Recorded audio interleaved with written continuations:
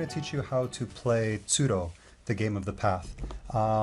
So this is a game in which you are making paths on your turn. The board, this is a board game, the board is made up of a grid of 6x6 squares. So 1, 2, 3, 4, 5, 6, 1, 2, 3, 4, 5, 6. So there are 36 places on which you can place tiles on the board. And you're going to be making a path using these tiles. These tiles all have 8 lines on them, right? 2 on each side, and they connect in all kinds of interesting ways, right? So you can see that this connects, right? So there are 2 lines or points on each side of the tile that connect to each other, and that's how you're going to make these paths. The goal of the game is to survive until the end of the game. At the beginning of the game, each person gets one of these tokens, and this game plays from up to 2 to 8 players, so that's really great that many people can play at the same time, and it's not very long. You choose a dragon token, and you choose your starting spot.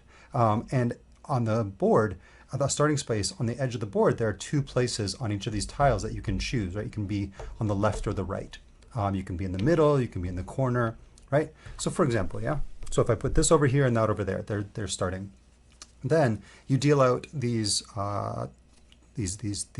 tokens, these cards to each person.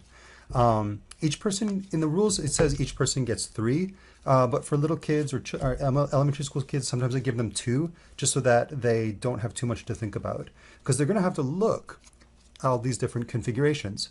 On your turn, you're going to take one of the cards that you have, whether you have 2 or 3, and you're going to place the token, place the card in front of your token, and very carefully move your token along the line, and then you're going to take another card from the deck.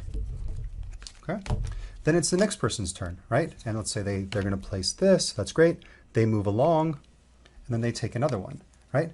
And you put it in front of your token, and you move it, right? You put it in front of your, and you take turns, right? Putting it in front of your token and moving it. The board moves a little bit, so like these tiles do move a little bit. It would be better if it were magnetized or had some sort of sticky tape on it, but it works. If everybody learns to be careful, it's fine. Okay, so you win by being the last person to lose, basically. And there are 2 ways to lose in this game. One way is that if 2 tokens ever touch each other. So if the only thing I have is this, and I figure the only thing I can place is this, and my piece slides along and collides with another person's piece, we both lose. Yeah? So if you ever touch another piece, you lose the game. Also, if you ever are on the edge of the board, and let's say the only piece I can put is this, right? And the only thing for example, right? The only thing I could do is that, and you go off the board, then you also lose. And the last person standing is the winner.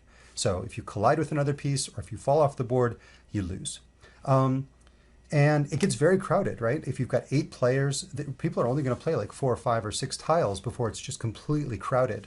It gets really interesting right away. It's kind of like a maze game, kind of a strategy game, but it's wonderful for 2 to 8 players. So, all right, have fun.